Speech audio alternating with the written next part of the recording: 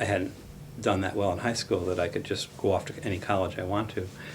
So my father arranged interviews for me with 4 or 5 friends of his in town, and one of them was Mr. Beecher, and I came up and talked to him and found out a little bit about the business, and then he asked me if I wanted to see an embalming, and I said, okay. And a couple of weeks later he called me, and on a dark, foggy December night I came up and watched him do an embalming, and it didn't bother me. I've been here ever since.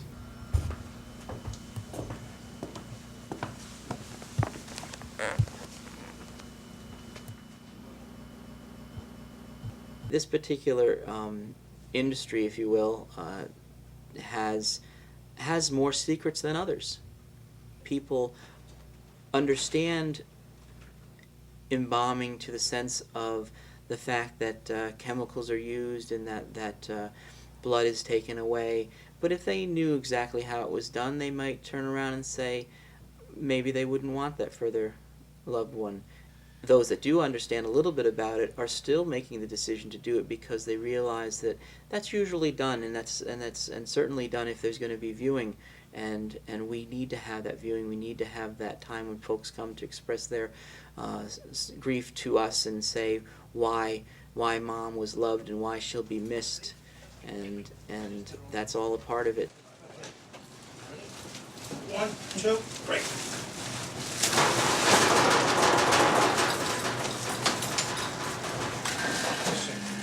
And there's always toe tears. Make sure it's the same name. Very important.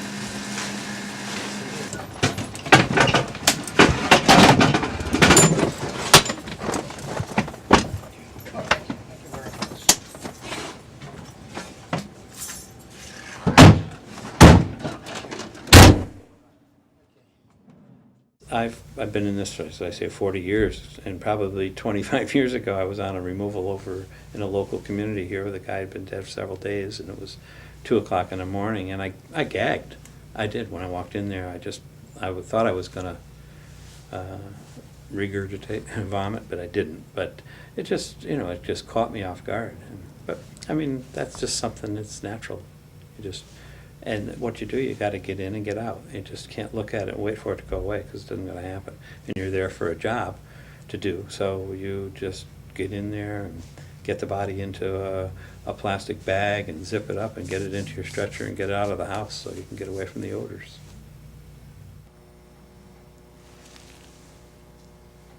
It's Crisco. It works the same way as the massage cream that originally was in the container there, just not with the perfumes and whatnot that it used to have, and it does the same. It does the same thing.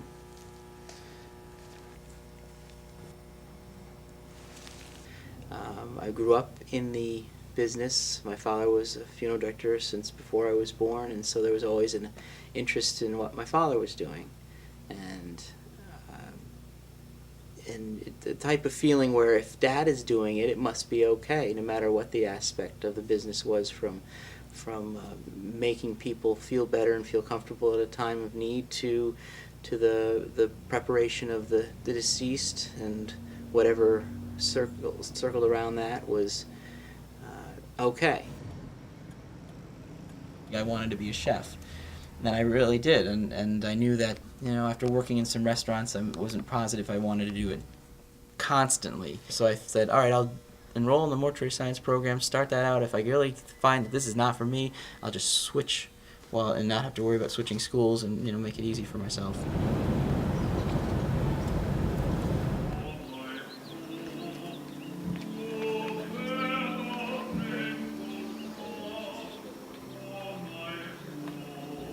My faith is such that I'm a Christian, so therefore I feel that when these families are losing someone, that your belief is such as a Christian that they have gone to heaven, and they're meeting family members that have gone before them, and that everyone that's left behind will eventually see them again. I believe that, and faith also helps you through even the most difficult of days when you think it's never going to end. If it's a loss of a child, which I'll use an example because it really is the most difficult experience that anyone would go through, I think, you can't help but, if you have any kind of emotion in yourself, help but to imagine yourself in that position, and never do you know what a person's going through, even if you've gone through it yourself, but you can just kind of bring them from 1 hour to the next, one day to the next, because sometimes they just don't know what to do next. It's usually my wife that I go home to at night that, you cry a little, you sit and talk about it, and you find yourself realizing, yeah, you are human. There's lots of times where I'm not happy that I'm a funeral director because of the sadness that I'm about to go through, but ultimately I am happy that I was there for whomever it was that I was serving. And then this is an actual picture of the casket open and also closed. Sometimes people need to know what it looks like closed, or just to get an idea of the finish all the way throughout. And basically that's how the drawer works, and then this is example of the one that's below. These two here, above and below, are both cherry, just different finishes. And what's this one? That one is cherry. Cherry, walnut, cherry, maple. Yeah, and oak. Where's the old pine box? This No. one, there really is no such thing as an old pine box Oh, really? anymore, because it's a species wood, so there's no, you think of or associate an inexpensive price with pine, Yeah. and it isn't. I mean, this is a $2,600 casket. Granted, it's pine with a nice finish and carving and what have you, but I get a kick out of that when people will say, yeah, just put me an old pine box. I say, it's not going to be like what you think it is. My uncle, my father's brother, is our office manager, and of the different employees here, my younger brother being a funeral director also, that there really are only 2 employees that are not actually related, but they've been around long enough that they are kind of part of the family, so to speak. And someday it may change such that I'm the only representative here of that family, but still I'm hoping that it'll be somewhat of a family-friendly, co-worker type of atmosphere. I hope it's always that way. No, we didn't make this ourselves from clients.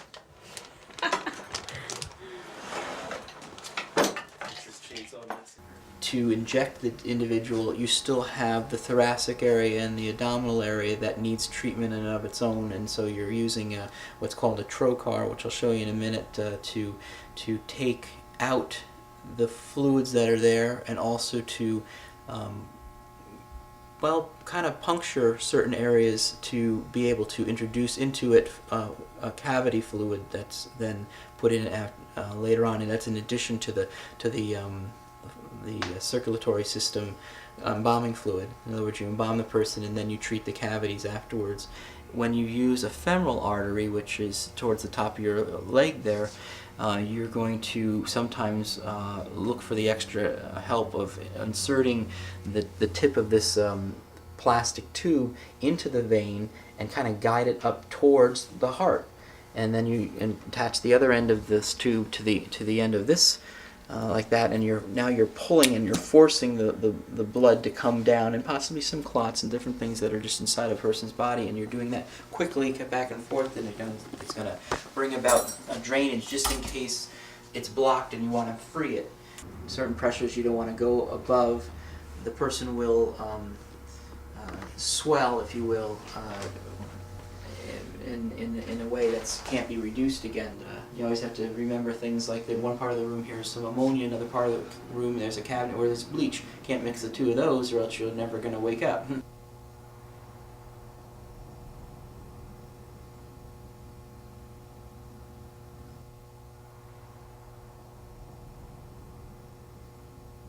Sometimes I kind of think of myself as this may sound corny, but sort of like an ancient Egyptian, and not doing it the same way they did, but still for the same purpose, like the priests would have done, ritual and dedication, and also what's the word I want?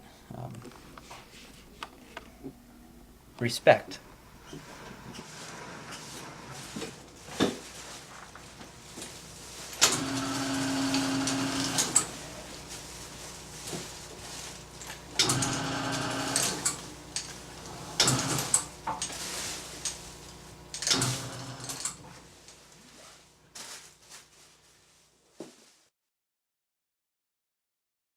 my dad died in 1982, and he had a heart attack like 5 days before he died, and my two brothers and I were in the hospital when he died, in the room with him, but we couldn't really tell because he was hooked up to a respirator, but he wasn't conscious anymore. We knew that. We'd seen him go from his eyes open trying to question, and we were playing 20 questions with him, to his eyes closing, and 4 or 5 hours later it was all over. With the preparation, he went to another funeral home nearby and did that, rather than have it done in my own building, because my mom and dad lived upstairs at the time. It was better for me to be just, I helped gather the information, I helped check out the casket and all that kind of stuff, but it was better for me to just be able to grieve too. We had a home on the other side of town, up on a hill, and it was big, and my husband was, at that time, had been retired, so he was keeping the books for Dick. And when this apartment became available, because the Beechers lived here, they talked me into selling my house, our house, and moving here. And of course it was a good thing because my husband died 2 years later, and now my sister lives on the 3rd floor. So it's nice. We do our own thing, but if we need each other, we're available.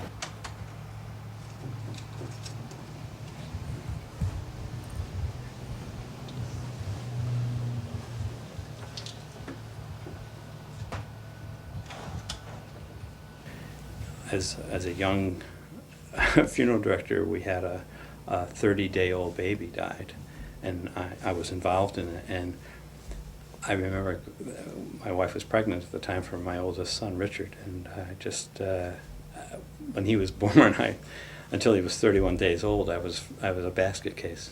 I was afraid it was going to happen to me because I saw how distraught they were. But it makes you go home and hug your children when you go through things like that, whether, high school deaths or whatever, young people deaths. They're very hard to handle, very difficult. As you get older, you start to realize that your own mortality is around the corner. And when I first started here, I was 18 or 19 years old, and it was my friends' grandparents and great-grandparents that were being buried through here. And time has evolved where it became my friends' parents, and nowadays sometimes it's my friends and people I grew up with, and that's difficult because it puts somebody, especially somebody. I'm 59. I buried a good friend of somebody I knew all my life. He's only 52 or 3 years old. He just dropped dead of a heart attack about 6 or 7 months ago, and that was hard to handle. And all you can do is hug and squeeze the wife and tell her how bad you feel. And I have the same emotions that everybody else does, so it's hard sometimes.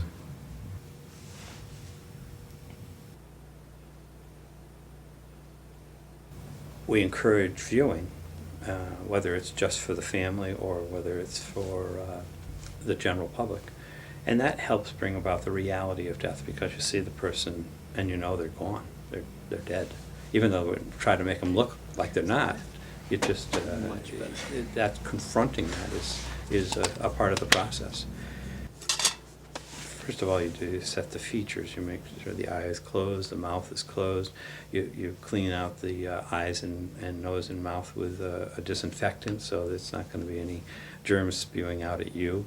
And once you have the features looking the way they should, you select an artery and a vein to inject the fluid into and drain the fluid and blood out of. And you inject an embalming solution.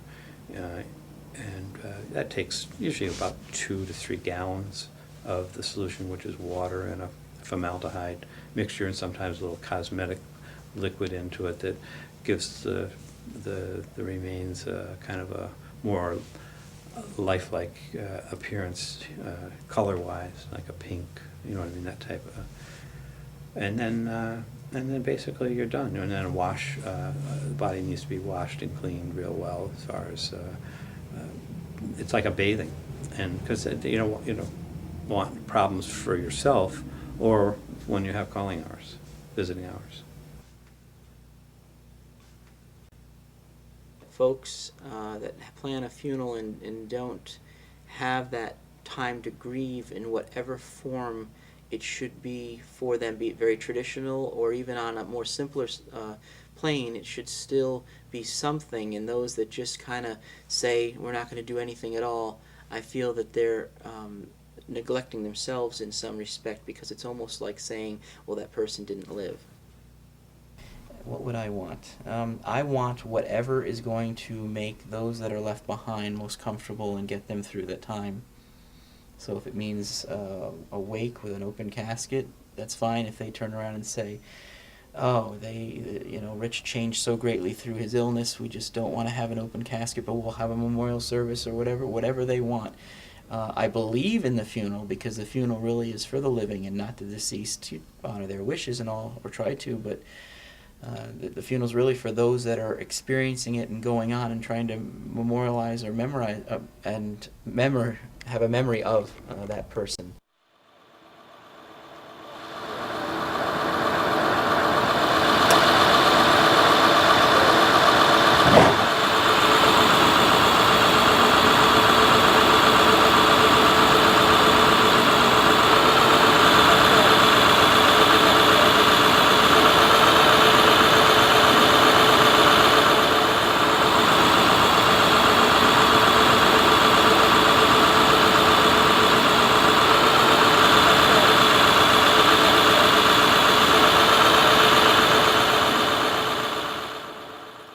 It's been a great job for me. I've had nothing but positives out of it, as far as, raising a family, being able to be a community person, and I've enjoyed. I've just had a great career, and I don't think I'd trade it for anything in the world at this stage of my life.